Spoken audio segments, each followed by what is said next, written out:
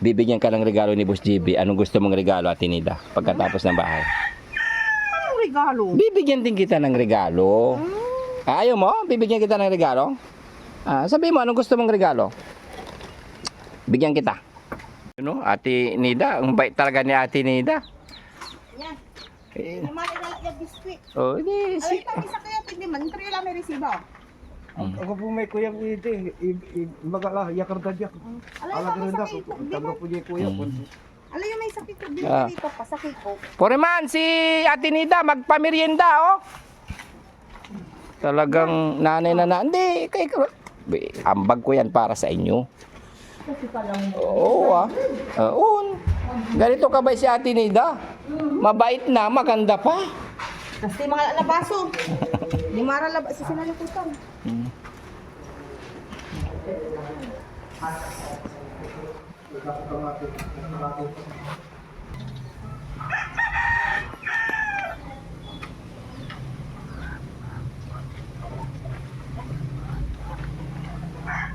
Balsa mo, nakuk mo.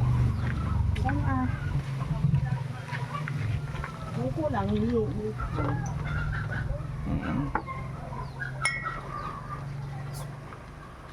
Anong ulam mo kanina, Ate Nida? sinigang, sinigang. Sinigang niya? Isda, ang sabaw. Ano? Pwede na, kunti lang Ate Nida. Dapat si Purman bigyan mo rin. Si tatay mo bigyan mo rin. Yan oh, ito. Yung baso na yan oh.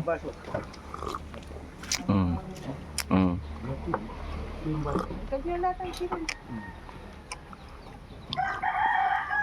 Wala yung kapatid mo? Ukang? Ha? Nasa Alaminos,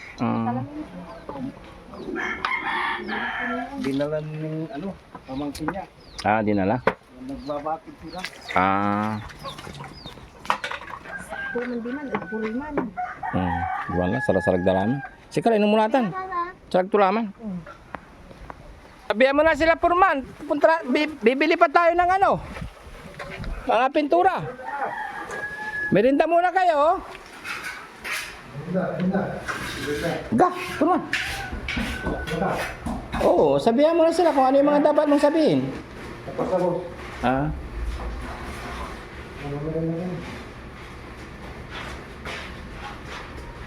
Yun oh. Ilang araw na lang tapos na, ano? Ay, kunti na lang yung itatalso. Dahil sa labala, Purman. Pintura po. Pipinturahan pa, finishing. Yun ang medyo matagal. Yan na yung finishing niya. Ganito mga kababayan yung loob ng bahay ni Ate Nida. Pag ganito pong kulay. Yan. Pang ilang puting na yan. Bali. Ang ganda ng bahay mo, tay. Ha? Maraming salamat po. Ayun.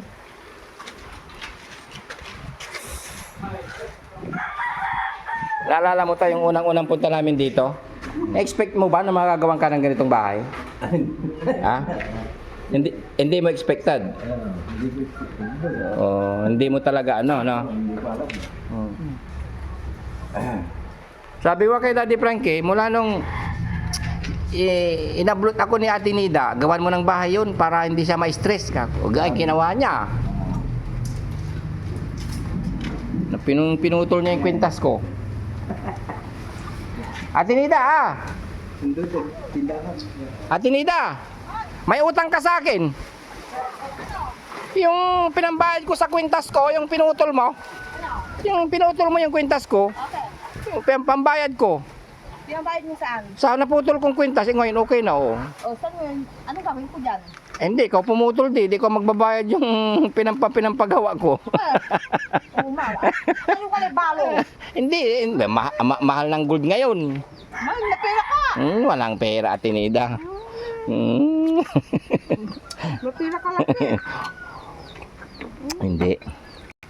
Bibigyan ka ng regalo ni Boss JB. Anong gusto mong regalo, Ate Nida? Pagkatapos ng bahay. Anong regalo? Bibigyan din kita ng regalo. Ayaw mo? Bibigyan kita ng regalo? Sabihin mo, anong gusto mong regalo? Bigyan kita. Sabi mo lang. Hindi dapat in. Ano? Hindi po. Hindi dapat nalalaso na lang mula isip ko. Nadidistract na lang mula isip. Hindi po. Wala naman ako. Tama na yung bahay. Dapat meron ka dyan bathtub, Ate Nida. Bathtub. Para pag... Ako mo, iba kayo, ma'am. Diyan din, pwede din dyan. Para may bathtub kapag maliligo ka. Amal ko. Bagong mayayaman. Oo. Bakit? Mayaman na ba pwedeng gumawa ng bathtub? Gagawa tayo ng bathtub, Ate Nida. Regalo ko sa'yo. Bibili ako ng drum. Pang balina. Hatiin natin yung drum. Siyempre. Oh, di bathtub na yan. Pang balina. Yung nga, bibili tayo ng drum na malaki. Hatiin natin sa gitna. Hatiin natin. Ng pahaba. O, saka natin igawa doon. Di parang bathtub na rin yun. Kaya mo ba nun?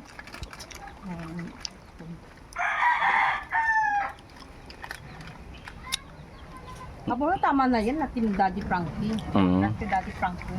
Eh, bahay mo yan. Hindi bahay ni Daddy Frankie. Bahay mo yan.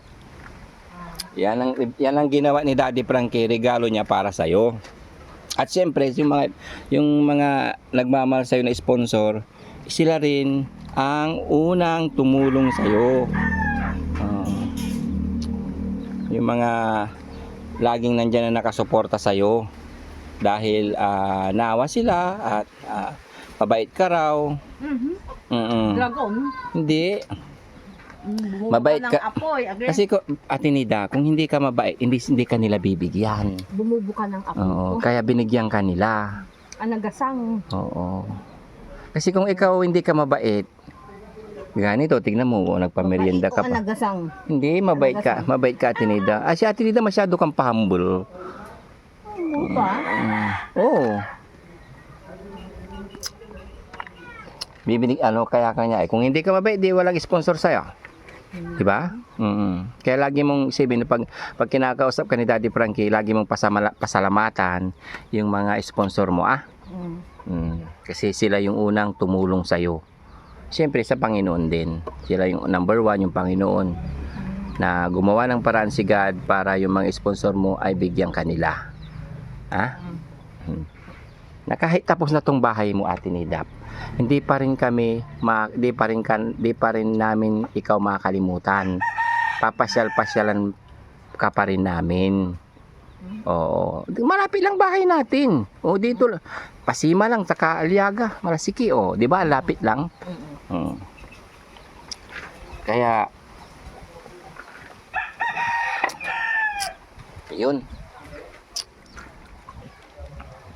Lapit lang. Ano pa pala to? Hindi kulay puti pala yung bahay mo, Ate Nida.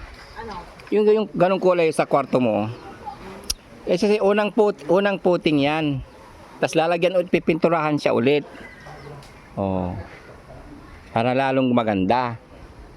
Ganun ang pagpintura, hindi lang isang beses. 3 beses o 4 na beses. No? Wala. Oo, para maganda. Yun ang kaganda yung bahay mo. Akala mo kulay puti, no? Hindi kulay puti. Ganon sa kwarto mo, Namumukadkad na puti. Oo, hindi yan. Unang puting pa lang yan.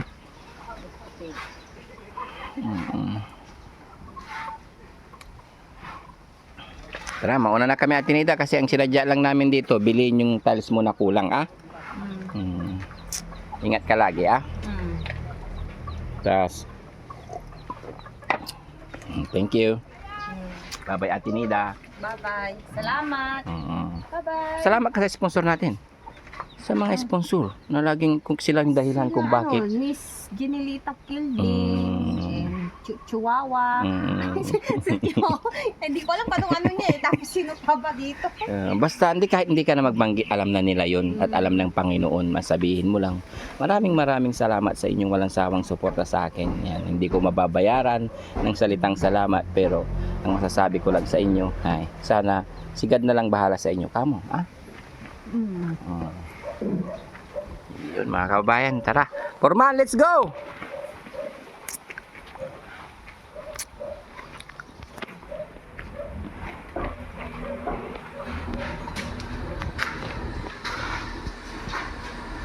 Ayun, mga kabayan. Lapit nang matapos. Na binili namin 120 pieces. Ayan. Ganda rin pala ng salamin mo, Ate Nida. Ah. Ay. Nandiyan na yung ano, tiles mo, ah.